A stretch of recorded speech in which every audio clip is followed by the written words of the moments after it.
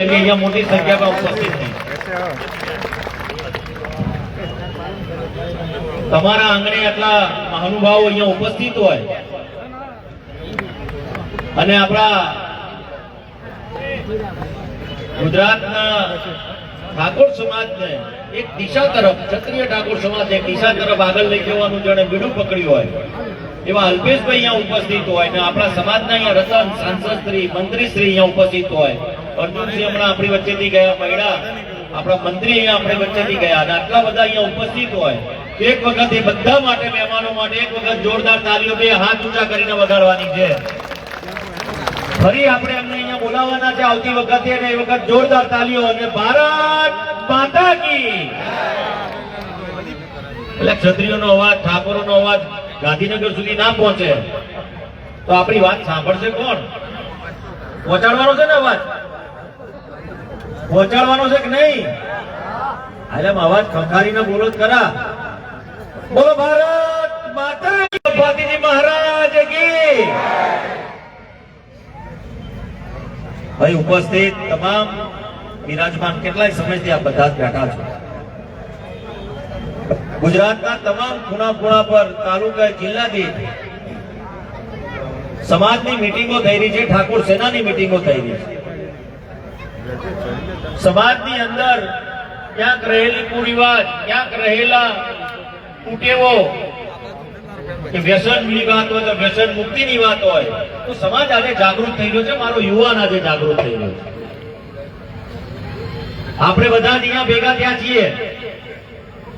આપણે આગેવાનોને સાંભળીશું.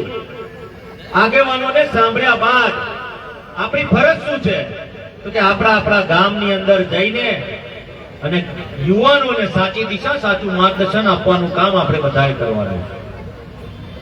આપણા પરિવારને શિક્ષિત બનાવવાનો છે, વ્યસનોથી મુક્ત કરવાનો છે. સાહેબ, આ મંચ ઉપર ક્યારે પણ કોઈ સમાજે વાત કરી હોય કે ભાઈ ગુજરાતની અંદરથી આ દૂષણ છે, વ્યસન, દારૂ હોય કે કોઈ પણ પ્રકારનું ખરાબ વ્યસન હોય, એ વ્યસનને દૂર કરવાની જો કોઈએ વાત કરી હોય તો ગુજરાત ક્ષત્રિય ઠાકોર સેના, અલ્પેશ ઠાકોર અને ઠાકોર સમાજે કરી છે અને પહેલું બીડું સમાજે ઉપાડ્યું. જ્યારે એક વખતનો સમય હતો કે ભાઈ ક્યાંક કોઈ વ્યક્તિ જેના પગ ડગમગાતા હોય અને પગ ડગમગાય ત્યારે એવું કહેવાતું કે ભાઈ આ ક્ષત્રિય ઠાકોર જાય છે કે આ કદાચ વ્યસન કરીને જતો હશે. સાહેબ, આ બેણું ભાગવાનું કામ જો કોઈએ કર્યું હોય તો ક્ષત્રિય ઠાકોર સેનાએ કર્યું છે અને એ બેણું આજે ભાગતું થયું છે ને સમાજની અંદરથી વ્યસન દૂર થવા લાગ્યા છે અને લોકો શિક્ષણ તરફ આગળ પ્રેરાયા છે. પરંતુ ચિંતા સાથે મારે કહેવું પડે છે કે જયારે બીજા સમાજોની તુલના કરીએ આપણે આપણા સમાજની, તો આપણો સમાજ ઘણો પાછળ છે, ઘણો પાછળ છે અને આપણે એની ચિંતા કરવા ભેગા થયા છે. રાજકારણ તો થવાનું છે, આવવાનું છે અને થતું રહેવાનું છે. મેં જોયું હોય છે, ઘણી વખત જોયું છે કે સમાજ રાજકારણની વાત આવે, પંચાયતનું ઇલેક્શન આવે તો આખે ગામે ગામ ભેગા થઈ જાય, રાત્રે મિટિંગો ચાલુ થઈ જાય.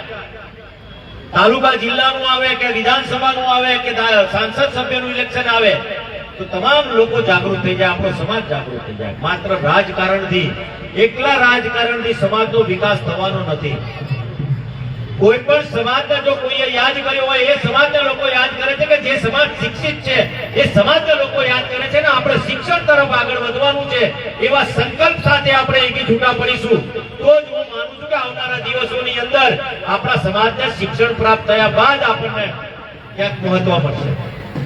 સાહેબ, એ મહત્વની વાત લઈને આપણે નીકળ્યા છે અને આપ સર્વને વિનંતી કરું કે અહીંયાથી આપણે જયારે નીકળીએ ત્યારે એવું નક્કી કરીને છીએ કે આપણી દીકરીને ભણાવવાના છે, આપણા દીકરાને ભણાવવાનો છે. એવી વિનંતી સાથે આપણે સર્વ અહીંયાથી જયારે છૂટા પડીએ ત્યારે શિક્ષણનો વ્યાપ વધે આપણા સમાજની અંદર, વ્યસનો દૂર થાય, કુરિવાજોમાંથી બહાર નીકળીએ. આપણા વડીલો પણ આ વાત કરતા હતા, આજે એ જ વાત આપણે કરવી પડે છે અને એ વાત આપણે પૂર્ણ વિરામ લાવવાનું કામ આપણે પૂર્વ ધારાસભ્ય કેસરીસિંહ સોલંકી સાહેબને આપણે આવકારીએ. એ કેસરીસિંહ માટે એક વખત તાલીઓ થવી જોઈએ. બંકો છે. અને અહીંયા જેટલા બેઠા છે ને બધા બંકા જ છે, ત્યારે સ્ટેજ ઉપર આવીને આવું ભાષણ કરી શકે. આ સ્ટેજ ઉપર વિરાજમાન બધા બંકાઓ માટે એક વખત જોરદાર તાલીઓ થવી જોઈએ. આ ખખરીના તાલીઓ પાડો, ઠાકોરની તાલીઓ આવી ના હોય. મારે કાલની તલવારો છે ને મને આપી છે. એટલે આ બધાને વિનંતી કરું, બે હાથ જોડીને નમ્ર વિનંતી કરું છું કે આવનારા દિવસોની અંદર સમાજને જો સાચી દિશા તરફ લઈ જવો હોય તો આપણા દીકરા દીકરીઓને શિક્ષણ આપજો. આપણા દીકરા દીકરીને એવું ના થાય કે 12મું ભણાયા પછી આપણે છોડી દઈએ કે ભાઈ હવે નથી ભણાવવા, બહુ ગયું, પરિણાઈ જવા પડશે. આપણે એવો કટિબદ્ધ બનીને અહીંયાથી નીકળીએ, એવા વચન સાથે અહીંયાથી બહાર નીકળીએ કે આપણા દીકરા દીકરીઓને ગ્રેજ્યુએટ બનાવીએ. અને ગ્રેજ્યુએટ દીકરી હશે, એક દીકરી મારા ઘરે આવશે અને ગ્રેજ્યુએટ દીકરો હશે, એના ઘેર જ મારી દીકરી જશે, એવા સંકલ્પ સાથે આપણે અહીંયાથી બધા છૂટા પડીએ એવી આપ સર્વને બે હાથ જોડીને વિનંતી કરું છું. અને આપ સર્વે મારું જે સન્માન કર્યું, ઠાકોર સેનાના તમામ આગેવાનોનો હું આભાર માનું છું. સાથે ઠાકોર સમાજના તમામ અગ્રણીઓએ જે મને સન્માન કર્યું છે તે બદલ આપ